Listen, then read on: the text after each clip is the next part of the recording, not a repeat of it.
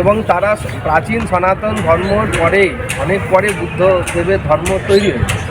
অতএব সনাতন ধর্ম তো এরকম অনেক প্রবাহ চলে এসেছে, মতবাদ এসেছে। বুদ্ধদেব তিনি একটা তার মতবাদ দিয়েছেন এবং তার মতবাদের ওপর ভিত্তি করে একটা সম্প্রদায় তৈরি তারা সাধন ভজন প্রণালী করে। কিন্তু আমাদের মূল বক্তব্য হলো কোনো ধর্মই তাই আমরা ছোট করে দেখি না।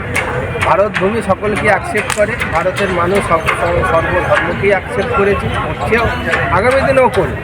অতএব কে শ্রেষ্ঠ আর কে ছোট কে বড় এগুলো নিয়ে চিন্তা করা বা আলোচনা করা কীরকম রক্ষা করতে হবে, কীরকমটা আপনারা সুরক্ষিত রাখতে পারবেন, এটা নিয়ে আপনি বলুন। এখানে যেটা মোটামুটি অনেক লোক আছে ধর্মীয় থেকে অধর্মীয় থেকে বলুন, ওকে আগামী দিনে যে লড়াই হবে এটাই নিয়ে হবে। এটা কি আপনারা কীরকম আপনার সঙ্গে? আমরা সনাতন ধর্মের লড়াই হয় না, সনাতন ধর্মের লড়াই কেউ করেও না। যদি করতে তাহলে তো মিটিয়ে যেত।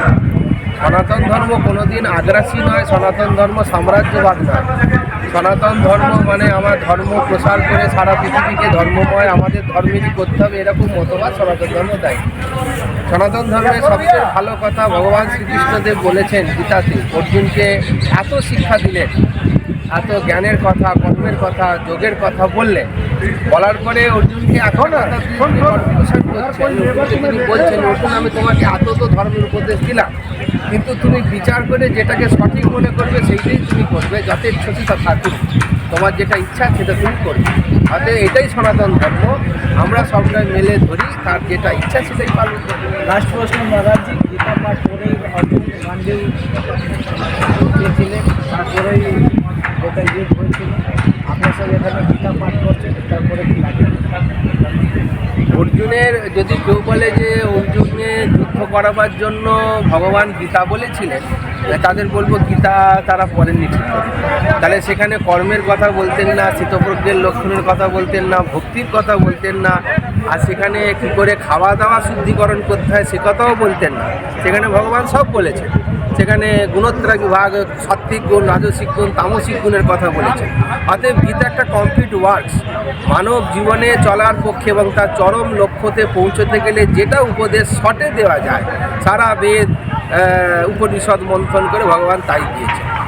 অর্জুনের কর্তব্য ছিল যুদ্ধক্ষেত্রে দাঁড়িয়ে সে যুদ্ধ করতে এসেছে, সে ক্ষত্রিয়, তাকে যুদ্ধটা করাই ছিল তার কর্তব্য। ভগবান বলছে তুমি তোমার কর্তব্য কর্ম করবে, যুদ্ধ করার কথা ভগবান বলেন।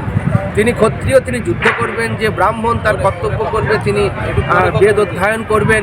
সমাজে যে যে দায়িত্ব নিয়ে আছেন তার দায়িত্বটা কর্তব্য কর্ম বলে পালন করবে, এটাই ভগবানের মূল উপদেশ।